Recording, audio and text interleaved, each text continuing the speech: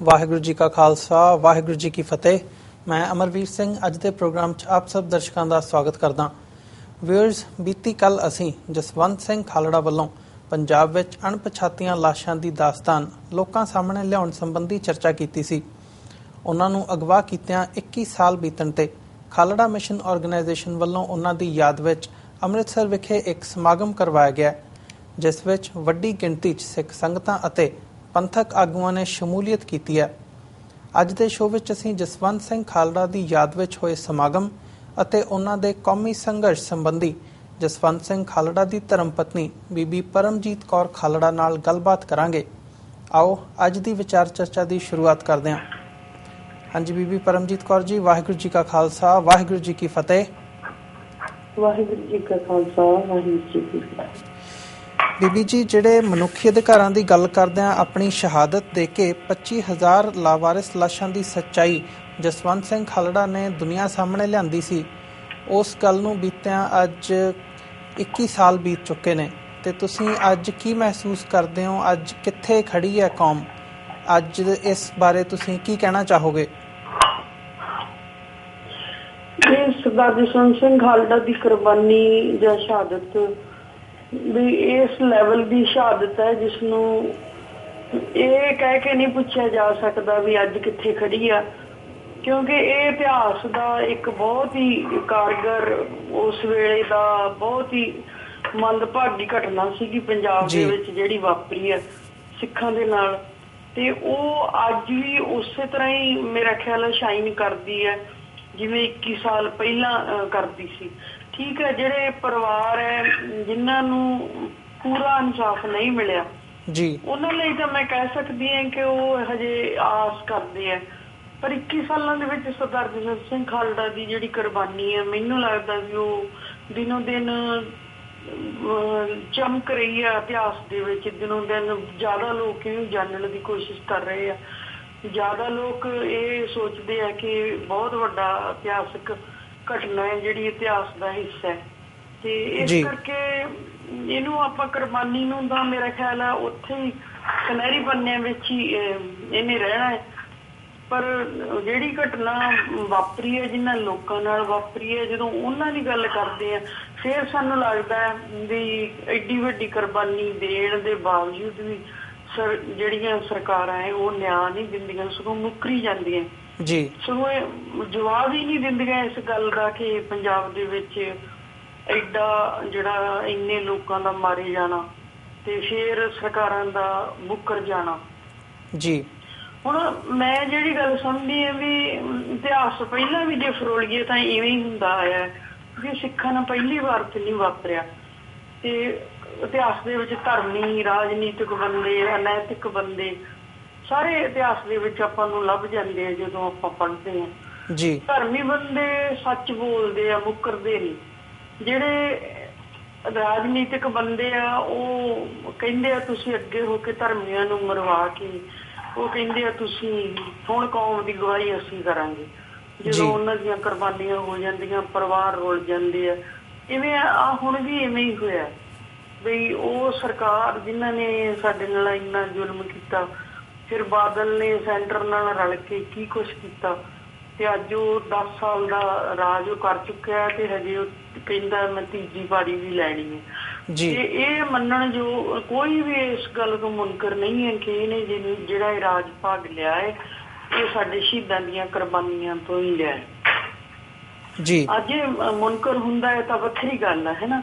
ਮੈਂ ਇਤਿਹਾਸ ਪੜ੍ਹਿਆ ਤੇ ਪੜ੍ਹਦੀ ਹਾਂ ਰੋਜ਼, ਤੇ ਮੈਨੂੰ ਸਮਝ ਲੱਗਦੀ ਹੈ ਕਿ ਜਿਹੜੇ ਧਰਮੀ ਬੰਦੇ ਆ ਉਹ ਕਿਵੇਂ ਧਰਮ ਦੇ ਨਾਂ ਤੇ ਕੁਰਬਾਨ ਹੋ ਜਾਂਦੇ ਆ, ਔਰ ਫਿਰ ਝੂਠ ਵੀ ਨਹੀਂ ਬੋਲਦੇ। ਜਿਵੇਂ ਇਤਿਹਾਸ ਦੇ ਵਿੱਚ ਬੇਅੰਤ ਸਿੰਘ ਨੂੰ ਮਾਰਿਆ, ਇੰਦਰਾ ਗਾਂਧੀ ਨੂੰ ਮਾਰਿਆ, ਔਰ ਸ਼ਰੇਆਮ ਮੰਨਿਆ, ਸਿੰਘਾਂ ਨੇ ਮੰਨਿਆ ਵੀ ਸਿੱਖ ਕੌਮ ਨੇ ਮੰਨਿਆ ਵੀ ਹਾਂ ਅਸੀਂ ਇਹਨਾਂ ਨੂੰ ਮਾਰਿਆ। ਇਹ ਬੜੀ ਵੱਡੀ, ਇਹਨੂੰ ਹੀ ਧਰਮ ਕਹਿੰਦੇ, ਇਹਨੂੰ ਬਹਾਦਰੀ ਕਹਿੰਦੇ ਆ। ਸਰਦਾਰ ਜਸਵੰਤ ਸਿੰਘ ਖਾਲੜਾ ਨੇ ਹਿਸਾਬ ਮੰਗਿਆ, ਉਹਨਾਂ ਨੇ ਆਪਣੀ ਜਾਨ ਦਾ ਤੇ ਲਾ ਕੇ ਇਹਨਾਂ ਨੂੰ ਕਿਹਾ ਵੀ ਤੁਸੀਂ ਇੰਨੇ ਬੰਦੇ ਮਾਰੇ ਆ, ਡੈਥ ਸਰਟੀਫਿਕੇਟ ਦੇ ਦਿਓ। ਜੇ ਉਹਨਾਂ ਨੇ ਕਿਹਾ ਨਹੀਂ ਤਾਂ ਮੈਂ ਲੋਕ ਕਚਹਿਰੀ ਵਿੱਚ, ਪਹਿਲਾਂ ਮੈਂ ਕਚਹਿਰੀ ਤੁਹਾਡੇ ਸੰਵਿਧਾਨ 'ਚ ਜਾਊਂਗਾ, ਫਿਰ ਮੈਂ ਲੋਕ ਕਚਹਿਰੀ 'ਚ ਜਾਊਂਗਾ। ਜੇ ਉੱਥੇ ਵੀ ਮੇਰੀ ਗੱਲ ਨਹੀਂ ਬਣੀ ਤੇ ਮੈਂ ਪਰਮਾਤਮਾ ਦੀਆਂ ਗੁਰੂਆਂ ਵਿੱਚ ਜਾਣ ਨੂੰ ਤਰਜੀਹ ਦੇਊਂਗਾ। ਇਹ ਉਹਨਾਂ ਦੇ ਆਪ ਦੇ ਜਿਵੇਂ ਵਰਡ ਹੈ ਜੀ। ਤੇ ਦੂਜੇ ਪਾਸੇ ਤੁਸੀਂ ਵੇਖ ਲਓ ਵੀ ਸਰਕਾਰਾਂ ਨੇ, ਬਾਦਲ ਸਰਕਾਰ ਨੇ ਕਿਵੇਂ ਚਿੱਠੀਆਂ ਲਿਖ ਲਿਖ ਕੇ ਇੰਦਰਾ ਗਾਂਧੀ ਨੂੰ ਸਮਝੌਤੇ ਕਰ ਕਰਕੇ, ਲੌਂਗੋਵਾਲ ਹੋਰਾਂ ਨੇ ਕਿੰਨੀਆਂ ਗੁਪਤ ਮੀਟਿੰਗਾਂ ਕਰ ਕਰਕੇ ਦਰਬਾਰ ਸਾਹਿਬ ਤੇ ਹਮਲਾ ਵੀ ਕਰਾਇਆ। ਤੇ ਅੱਜ ਉਹ ਕਹਿੰਦੇ ਆ ਵੀ ਅਸੀਂ ਰਾਜ ਕਰਨਾ। ਜੇ ਅਸੀਂ ਇਹ ਗੱਲ ਲੋਕਾਂ ਨੇ ਸਾਹਮਣੇ ਲਿਆਉਣ ਦੀ ਕੋਸ਼ਿਸ਼ ਕੀਤੀ ਵੀ ਸਾਨੂੰ ਲਾਸ਼ਾਂ ਦਾ, ਲਾਵਾਰਸ ਲਾਸ਼ਾਂ ਦਾ ਹਿਸਾਬ ਚਾਹੀਦਾ, ਤੇ ਉਹਨੇ ਵੋਟਾਂ ਤੋਂ ਇੱਕਦਮ ਬਾਅਦ ਕਿਹਾ ਪਬਲਿਕਲੀ ਵੀ ਮੈਂ ਤੁਸੀਂ ਭੁੱਲ ਜਾਓ ਇਹਨਾਂ ਗੱਲਾਂ ਨੂੰ। ਇਹ ਸਰਦਾਰ ਜਸਵੰਤ ਸਿੰਘ ਖਾਲੜਾ ਦੀ ਕੁਰਬਾਨੀ ਜਦੋਂ ਆਪਾਂ ਇੱਥੋਂ ਤੱਕ ਲੈ ਆਏ ਆ ਤਾਂ ਮੈਨੂੰ ਲੱਗਦਾ ਵੀ ਹਰ ਸਾਲ ਜਦੋਂ ਅਸੀਂ ਇਹ ਦਿਹਾੜਾ ਮਨਾਉਂਦੇ ਆ, ਉਹ ਪਰਿਵਾਰ ਇੱਕ ਸਿੰਬੋਲਿਕ ਦੇ ਤੌਰ ਤੇ ਸਾਡੇ ਨਾਲ ਖੜ ਜਾਂਦੇ ਆ, ਜੁੜ ਜਾਂਦੇ ਆ। ਜੀ ਬੀਬੀ ਜੀ, ਜਿਹੜਾ ਲੱਗਦਾ ਹੈ ਵੀ ਜੇ ਉਹਨਾਂ ਨੂੰ, ਕਿ ਸਾਰੀ ਦੁਨੀਆ ਨੂੰ, ਮੇਰਾ ਖਿਆਲ ਜੇ ਮਨੁੱਖੀ ਅਧਿਕਾਰਾਂ ਦੀ ਪਲੇਟਫਾਰਮ ਤੋਂ ਗੱਲ ਕਰੀਏ ਤਾਂ ਸਾਰੇ ਲੋਕਾਂ ਨੂੰ ਲੱਗਦਾ ਕਿ ਜੇ ਉਸ ਵੇਲੇ ਇਹ ਕੁਰਬਾਨੀ ਨਾ ਹੁੰਦੀ ਜੀ ਤਾਂ ਜਿਹੜੇ ਹੋਰ ਹਜ਼ਾਰਾਂ ਮੁੰਡੇ ਮਾਰੇ ਜਾਣੇ।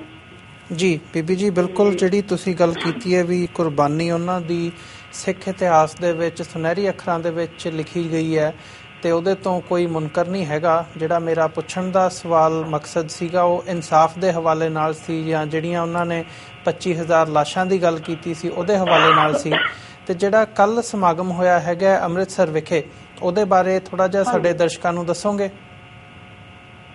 ਹਾਂਜੀ, ਇਹ ਅਸੀਂ ਜਿਹੜਾ ਸਮਾਗਮ ਹੈ 6 ਸਤੰਬਰ 1995 ਲਗਾਤਾਰ ਕਰਦੇ ਆ ਰਹੇ ਹਾਂ 21 ਸਾਲਾਂ ਤੋਂ ਹੀ। ਪਹਿਲਾਂ ਇਸ ਨੂੰ ਅਸੀਂ ਕੁਛ ਸਾਲ ਇਹ ਕਹਿ ਕੇ ਕਰਦੇ ਰਹੇ ਕਿ ਸਾਨੂੰ ਉਦੋਂ ਥੋੜੀਆਂ ਉਮੀਦਾਂ ਸੀਗੀਆਂ ਵੀ ਸ਼ਾਇਦ ਜਸਵੰਤ ਸਿੰਘ ਖਾਲੜਾ ਕਿਤੇ ਹੋਣਗੇ ਤੇ ਸਾਨੂੰ ਮਿਲ ਜਾਣਗੇ, ਜਿਵੇਂ ਆਮ ਸਾਰੇ ਪਰਿਵਾਰਾਂ ਨੂੰ ਸੀ।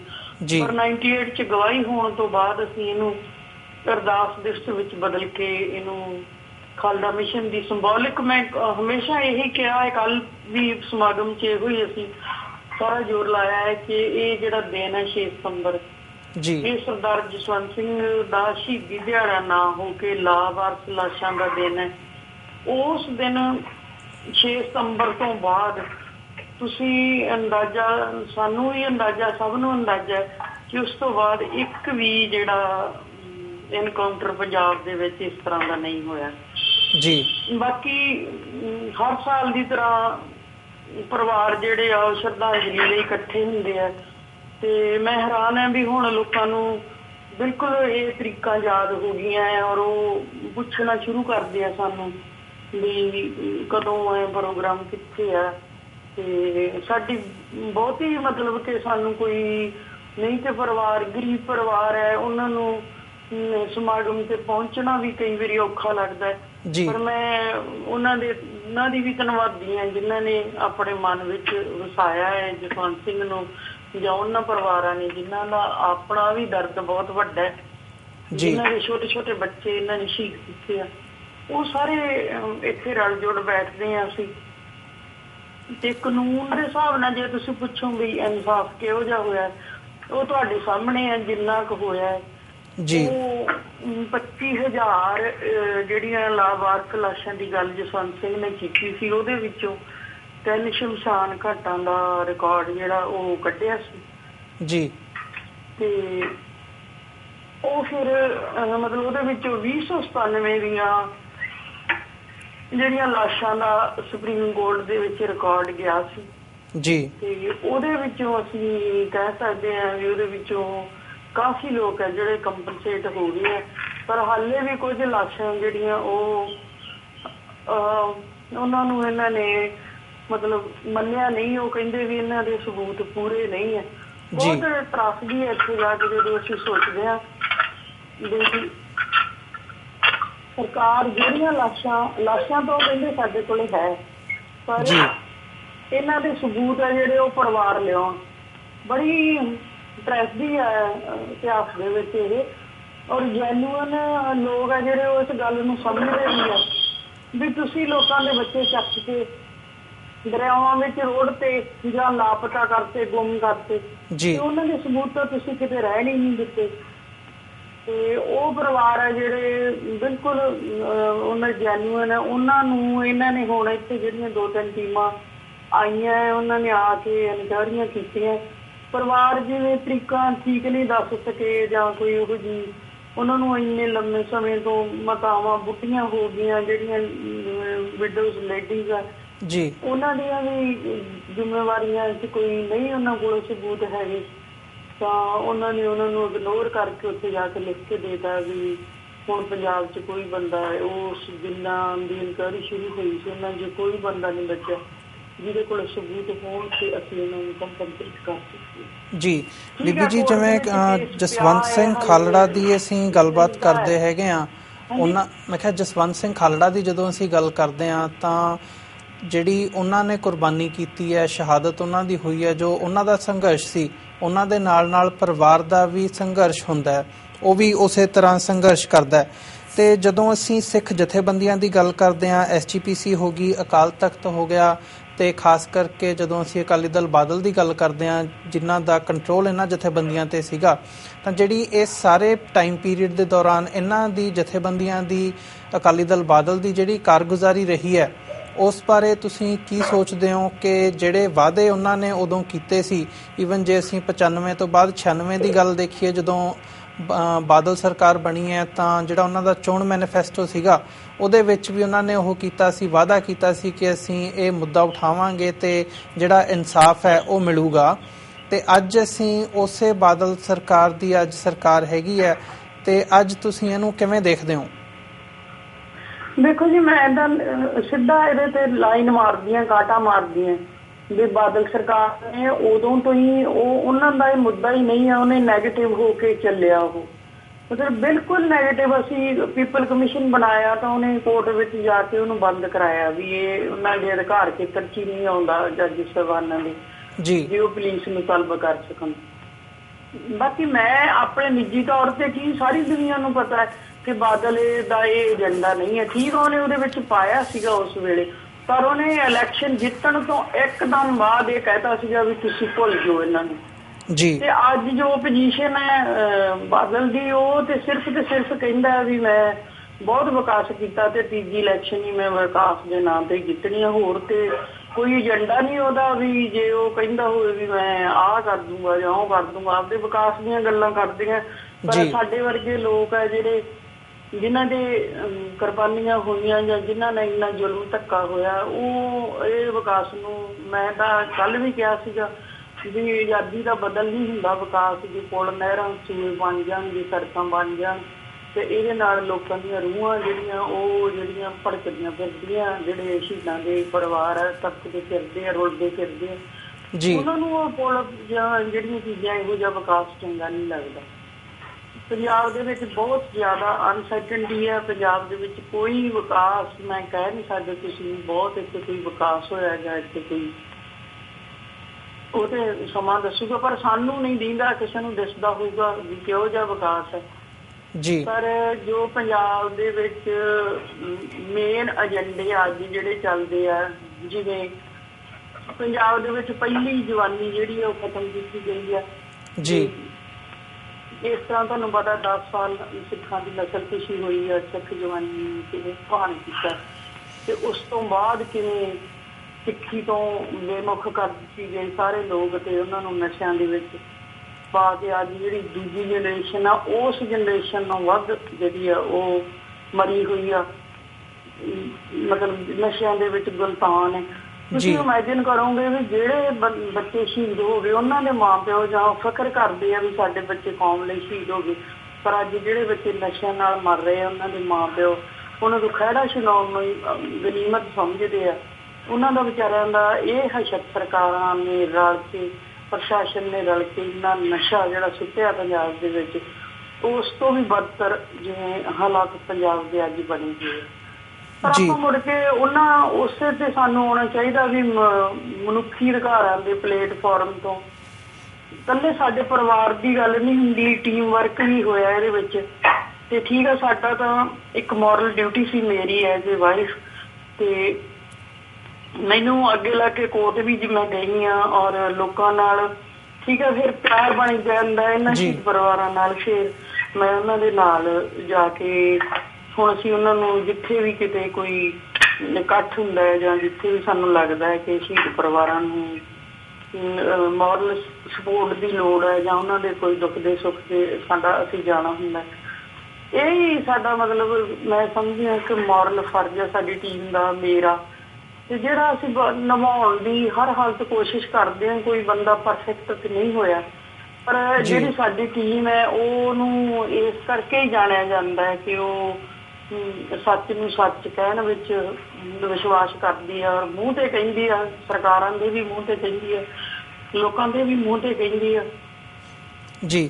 ਤੇ ਅੱਜ ਦੀ ਡੇਟ ਦੇ ਵਿੱਚ ਮੈਂ ਤੁਹਾਨੂੰ ਦੱਸ ਦਿਆਂ ਵੀ ਕੱਲ ਜਿਹੜੇ ਫੰਕਸ਼ਨ 'ਚ ਅਸੀਂ ਜੋ ਅਨਾਊਂਸ ਕੀਤਾ ਉਹ ਇਹ ਹੈ ਕਿ 1 ਨਵੰਬਰ ਵੀ ਪੰਜਾਬ ਦੇ ਵਿੱਚ ਸਿੱਖਾਂ ਲਈ ਬੜਾ ਇਹੋ ਜਿਹਾ ਹੀ ਦਿਨ ਹੈ ਜਦੋਂ ਇੰਦਰਾ ਗਾਂਧੀ 31 ਅਕਤੂਬਰ ਨੂੰ ਮਾਰੀ ਗਈ ਹੈ ਤੇ 1 ਨਵੰਬਰ ਤੋਂ 3 ਨਵੰਬਰ ਤੱਕ ਸਿੱਖਾਂ ਦਾ ਜਿਹੜਾ ਕਤਲੇਆਮ ਹੋਇਆ। ਅਸੀਂ ਕੱਲ ਇੱਕ ਸਟ੍ਰੈਟੇਜੀ ਕੱਢੀ ਆ, ਬਣਾਈ ਆ ਵੀ ਅਸੀਂ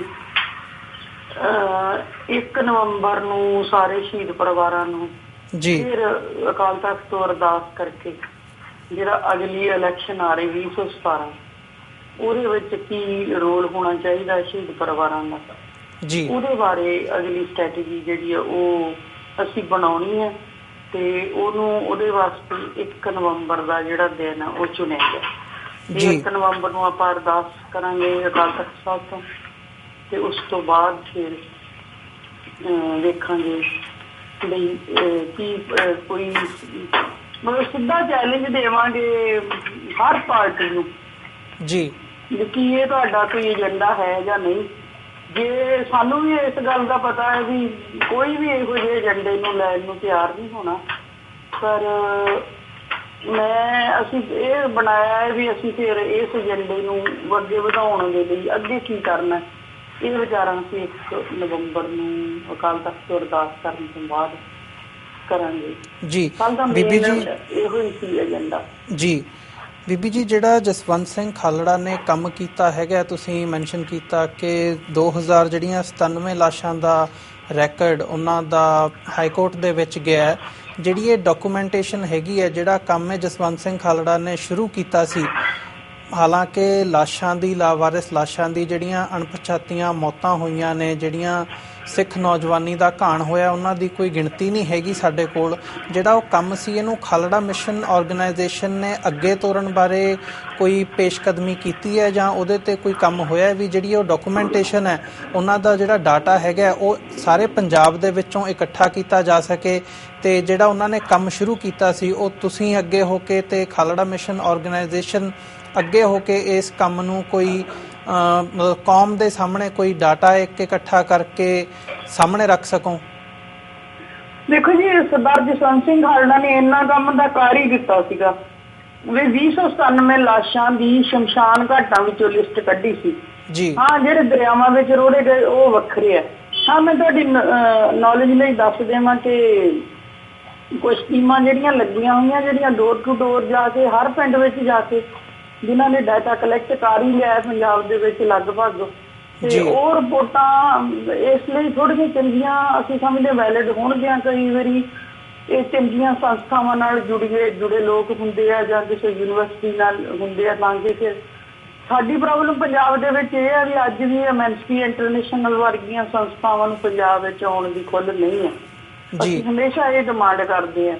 ਬਾਕੀ ਉਹਦੀ ਕੋਈ ਪ੍ਰੋਬਲਮ ਨਹੀਂ ਹੈਗੀ ਹੈ। 297 ਦੀ ਪ੍ਰੋਬਲਮ ਹੈਗੀ ਹੈ ਜਿਹੜੀ ਸਾਰੇ ਪੰਜਾਬ ਦੇ ਵਿੱਚ ਜੋ ਹੋਇਆ ਉਹਦੀ ਹੈ ਜੀ, ਵੀ ਸਾਰੇ ਪੰਜਾਬ ਦੇ ਵਿੱਚ। ਤੇ ਇਹਦੇ ਉੱਤੇ ਜੇ ਡਾਕੂਮੈਂਟੇਸ਼ਨ ਹੁੰਦੀ ਹੈ ਤੇ ਇਹਦੇ ਉੱਤੇ ਸਰਕਾਰੀ ਕੋਈ ਮੋਹਰ ਲੱਗਣੀ ਵੀ ਜ਼ਰੂਰੀ ਹੈ। ਤੇ ਸਾਡੀ ਇਹ ਵੀ ਕੱਲ ਸਾਡਾ ਮਤਾ ਸੀਗਾ ਕਿ ਪੰਜਾਬ ਦੇ ਵਿੱਚ ਸਰਕਾਰੀ ਜਾਂ ਗੈਰ ਸਰਕਾਰੀ ਅਜੇ ਤੱਕ ਕੋਈ ਇਹਨਾਂ ਲਾਸ਼ਾਂ ਨੂੰ ਗਿਣਤੀ ਕਰਨ ਵਾਲਾ ਕੋਈ ਕਮਿਸ਼ਨ ਹੀ ਨਹੀਂ ਬਣਿਆ। ਜੀ ਮੁੱਖ ਏਜੰਡਾ ਤਾਂ ਇਹੋ ਹੀ ਆ ਵੀ ਜੇ ਅਸੀਂ ਗੈਰ ਸਰਕਾਰੀ ਲੋਕ ਜਿਹੜੇ ਉਹਨਾਂ ਤੇ ਕੋਈ ਵਿਸ਼ਵਾਸ ਕਰੇ ਤਾਂ ਠੀਕ ਹੈ, ਡਾਟੇ ਤਾਂ ਇਕੱਠੇ ਹੋਏ ਆ ਪਰ ਚਾਹੀਦਾ ਤਾਂ ਇਹ ਹੈ ਨਾ ਸਰਕਾਰਾਂ ਨੂੰ ਜਾਂ ਮਨੁੱਖੀ ਅਧਿਕਾਰ ਜਥੇਬੰਦੀਆਂ ਨੂੰ ਦਬਾਅ ਬਣਾ ਕੇ ਕੋਈ ਸਰਕਾਰੀ ਕਮਿਸ਼ਨ, ਕੋਈ ਪ੍ਰਾਈਵੇਟ, ਕੋਈ ਸਿੱਖ ਜਿਵੇਂ ਕੋਈ ਜੱਜਾਂ ਦਾ ਕਮਿਸ਼ਨ ਬਣੇ, ਕੋਈ ਕੋਰਟ ਵੱਲੋਂ ਕੋਈ ਬਣੇ ਤਾਂ ਜਿਹਦੇ ਉੱਤੇ ਮੋਹਰ ਲੱਗੇ ਤੇ ਫੇਰ ਹੀ ਉਹਨੂੰ ਦੁਨੀਆ ਜਿਹੜੀ ਉਹ ਵੈਲਿਡ ਮੰਨਦੀ ਹੈ। ਜੀ ਨਿੱਜੀ ਤੌਰ ਤੇ ਕੰਮ ਬਹੁਤ ਹੋਇਆ, ਬਹੁਤ ਰਿਪੋਰਟਾਂ ਜਿਹੜੀਆਂ ਅਸੀਂ ਤਾਂ ਇੱਥੋਂ ਤੱਕ ਪੁਲਿਸ ਮੁਲਾਜ਼ਮਾਂ ਦੀਆਂ 300 ਪੁਲਿਸ ਮੁਲਾਜ਼ਮਾਂ ਦੀਆਂ ਉਹ ਰਿਪੋਰਟਾਂ ਵੀ ਕੱਢੀਆਂ ਜਿਹੜੇ ਇਹਦੇ ਵਿੱਚ ਇਨਵੋਲਵ ਹੈ। ਉਹਨਾਂ ਬੀਬੀਆਂ ਦੀਆਂ ਲਿਸਟਾਂ ਵੀ ਵੱਖਰੀਆਂ ਕੱਢੀਆਂ ਜਿਨ੍ਹਾਂ ਨੂੰ ਪੁਲਿਸ ਨੇ ਮਾਰਿਆ, ਪਰ ਉਹ ਸਾਰਾ ਕੁਝ ਬਾਹਰ ਹੈ, ਸਾਰਾ ਕੁਝ ਲੋਕਾਂ ਦੀਆਂ ਅੱਖਾਂ ਦੇ ਸਾਹਮਣੇ ਅਸੀਂ ਲਿਆ ਚੁੱਕੇ ਹਾਂ। ਤੁਹਾਨੂੰ ਪਤਾ ਇੱਕ ਅਮਰੀਕਾ ਦੇ ਵਿੱਚ ਵੀ ਜਿਹੜੀਆਂ ਵਾਲਸ ਬਣੀਆਂ ਹੋਈਆਂ, ਕੈਨੇਡਾ ਦੇ ਵਿੱਚ ਵੀ ਉਹ ਸਾਡੇ ਹੀ ਡਾਟੇ ਕਲੈਕਟ ਕੀਤੇ ਹੋਏ ਆ ਜਿਹੜੇ ਅਸੀਂ ਉਹਨਾਂ ਨੂੰ ਦਿੱਤੇ ਆ। ਤੇ ਪਰ ਜੇ ਸਮਝਦਾਰੀ ਨਾਲ ਸੋਚੀਏ ਕਿ ਸਰਕਾਰਾਂ ਦੀ ਜ਼ਿੰਮੇਵਾਰੀ ਬਣਦੀ ਆ ਵੀ ਉਹ ਘੱਟੋ ਘੱਟ ਸਾਨੂੰ ਇਹਦੇ ਦੱਸਣ ਵੀ ਕਿੰਨੇ ਲੋਕ ਜਿਹੜੇ ਉਹ ਲਾਪਤਾ ਹੋਏ। ਜੀ ਬਾਕੀ ਜਿੱਥੋਂ ਤੱਕ ਸ਼੍ਰੋਮਣੀ ਕਮੇਟੀ ਵੀ ਇੱਕ ਅੱਜ ਦੀ ਡੇਟ ਵਿੱਚ ਉਦੋਂ ਤੋਂ ਹੀ ਲੈ ਕੇ 14 ਸਾਲ ਤੋਂ ਥੋੜਾ ਜਿਹਾ ਪਹਿਲਾਂ ਕੁਛ ਠੀਕ ਸੀ, ਅੱਜ ਤੇ ਉਹ ਸਰਕਾਰੀ ਸ਼੍ਰੋਮਣੀ ਕਮੇਟੀ ਆ ਉਹ ਤਾਂ ਵਿਚਾਰੀ ਕੁਝ ਸੋਚ ਵੀ ਨਹੀਂ ਸਕਦੀ। ਨਾਲੇ ਅੱਜ ਕੱਲ੍ਹ ਉਹਨਾਂ ਨੂੰ ਵੈਸੇ ਹੀ ਕੰਮ ਤੋਂ ਵਾਂਝੇ ਕੀਤਾ ਹੋਇਆ ਤੇ ਅਸੀਂ ਨਾ ਉਹਨਾਂ ਤੋਂ ਕੋਈ ਆਸ ਰੱਖਦੇ ਹਾਂ, ਨਾ ਉਹ ਇਹੋ ਜਿਹੇ ਕੰਮ ਨੂੰ ਹੱਥ ਹੀ ਪਾਉਣਗੇ। ਕਦੇ ਉਹਨਾਂ ਨੇ ਜੇ ਸ਼ਹੀਦ ਪਰਿਵਾਰਾਂ ਨੂੰ ਕਦੇ ਮੂੰਹ ਨਹੀਂ ਲਾਇਆ, ਕਦੇ ਉਹਨਾਂ ਦਾ ਹੱਥ ਨਹੀਂ ਉਹਨਾਂ ਨੂੰ ਅੱਗੇ ਜੇ ਉਹਨਾਂ ਦਾ ਵਧਾਇਆ ਤੇ ਝਾੜ ਕੇ ਸੁੱਟ ਦਿੰਦੇ ਆ। ਬਹੁਤ ਕੁਝ ਹੋਇਆ ਹੈ ਪੰਜਾਬ ਦੇ ਵਿੱਚ, ਬਹੁਤ ਪਰਿਵਾਰ ਜਿਹੜੇ ਗਰੀਬ ਪਰਿਵਾਰ ਆ ਅੱਜ ਮੈਂ ਉਹਨਾਂ ਨੂੰ ਵੇਖਦੀ, ਉਹਨਾਂ ਦੀ ਹਾਲਾਤ ਬਸ ਉਹ ਵੀ ਇਸੇ ਤਰ੍ਹਾਂ ਹੀ ਸੋਚਦੇ ਆ ਵੀ ਸ਼ਾਇਦ ਸਾਡਾ ਕੋਈ ਕਿਸੇ ਵੇਲੇ ਕੁਝ ਬਣੂਗਾ। ਸਾਡਾ ਅਸੀਂ ਹਰ ਵਕਤ ਇਸੇ ਕੰਮ 'ਚ ਹੀ ਆ, ਮਤਲਬ ਸਾਨੂੰ ਅਸੀਂ ਕਿਸੇ ਪੋਲੀਟੀਕਲ ਪਾਰਟੀ ਦੇ ਨਾਲ ਟਾਈ ਅਪ ਹਾਂ ਤੇ ਨਾ ਹੋਣਾ ਚਾਹੁੰਦੇ ਹਾਂ। ਜੀ ਪੰਜਾਬ ਵਿੱਚ ਬੜੇ ਅੱਜ ਕੱਲ੍ਹ ਸਰਗਰਮੀਆਂ, ਕੋਈ ਕਿਧਰੋਂ ਗਰੁੱਪ ਬਣ ਰਿਹਾ, ਕੋਈ ਕਿੱਥੋਂ ਬਣ ਰਿਹਾ, ਕਦੇ ਕੇਜਰੀਵਾਲ ਦੀਆਂ ਗੱਲਾਂ ਹੋ ਰਹੀਆਂ, ਪਰ ਪੰਜਾਬ ਲਈ ਤੇ ਸਿੱਖਾਂ ਲਈ ਜਿਹੜਾ ਇਹ ਸਾਰਾ ਕੁਛ ਜਿਹੜੀਆਂ ਪਾਰਟੀਆਂ ਮੈਨੂੰ ਨਹੀਂ ਲੱਗਦਾ ਇਸ ਏਜੰਡੇ ਤੇ ਆਉਣਗੀਆਂ। ਪਰ ਅਸੀਂ ਇਹ ਪੂਰਾ ਕੋਸ਼ਿਸ਼ ਹੈ ਸਾਡੀ ਵੀ ਅਸੀਂ 2017 ਦੇ ਵਿੱਚ ਇਸ ਏਜੰਡੇ ਨੂੰ ਸਿਖਰ ਤੇ ਲੈ ਕੇ ਜਾਈਏ ਵੀ ਜੇ ਹੁਣ ਨਹੀਂ ਤੇ ਫੇਰ ਕਦੋਂ। ਜੀ ਬੀਬੀ ਜੀ, ਬਿਲਕੁਲ ਤੁਸੀਂ ਆਪਣਾ ਸਮਾਂ ਕੱਢ ਕੇ ਸਾਡੇ ਦਰਸ਼ਕਾਂ ਨੂੰ ਆਪਣੇ ਵਿਚਾਰ ਦਿੱਤੇ, ਇਸ ਲਈ ਤੁਹਾਡਾ ਬਹੁਤ ਬਹੁਤ ਧੰਨਵਾਦ ਜੀ। ਤੇ ਅੱਜ ਅਸੀਂ ਤੁਹਾਡੇ ਕੋਲੋਂ ਇੱਥੇ ਹੀ ਇਜਾਜ਼ਤ ਲੈਂਦੇ ਹਾਂ। ਵਾਹਿਗੁਰੂ ਜੀ ਕਾ ਖਾਲਸਾ, ਵਾਹਿਗੁਰੂ ਜੀ ਕੀ ਫਤਿਹ। ਵਾਹਿਗੁਰੂ ਜੀ ਕੀ ਫਤਿਹ। ਵਿਊਅਰਸ, ਇਹ ਸੀਗੇ ਪਰਮਜੀਤ ਕੌਰ ਖਾਲੜਾ, ਸਰਦਾਰ ਸ਼ਹੀਦ ਭਾਈ ਜਸਵੰਤ ਸਿੰਘ ਖਾਲੜਾ ਦੇ ਧਰਮ ਪਤਨੀ, ਤੇ ਇਹਨਾਂ ਨੇ ਆਪਣੇ ਮੂੰਹੋਂ ਬਿਆਨ ਕੀਤਾ ਕਿ ਅੱਜ ਕੀ ਹਾਲਾਤ ਬਣੇ ਹੋਏ ਨੇ ਤੇ ਕਿਵੇਂ ਜਿਹੜੀਆਂ ਅਣਪਛਾਤੀਆਂ ਲਾਸ਼ਾਂ ਨੇ ਉਹਨਾਂ ਦਾ ਅੱਜ ਕਿੱਥੇ ਅਸੀਂ ਖੜੇ ਹਾਂ, ਇੱਥੋਂ ਤੱਕ ਕਿ ਅਸੀਂ ਉਹਨੂੰ ਕਿਤੇ ਪ੍ਰੋਪਰਲੀ ਡਾਕੂਮੈਂਟੇਸ਼ਨ ਵੀ ਨਹੀਂ ਕਰ ਸਕੇ। ਸੋ ਅੱਜ ਅਸੀਂ ਇੱਥੇ ਹੀ ਤੁਹਾਡੀ ਕਚਹਿਰੀ ਦੇ ਵਿੱਚ ਇੰਨੀਆਂ ਗੱਲਾਂ ਰੱਖਦਿਆਂ ਮੈਂ ਅੱਜ ਦੇ ਸ਼ੋਅ ਦੀ ਇੱਥੇ ਸਮਾਪਤੀ ਕਰਦਾ ਜੀ। ਇਜਾਜ਼ਤ ਦਿਓ। ਵਾਹਿਗੁਰੂ ਜੀ ਕਾ ਖਾਲਸਾ, ਵਾਹਿਗੁਰੂ ਜੀ ਕੀ ਫਤਿਹ।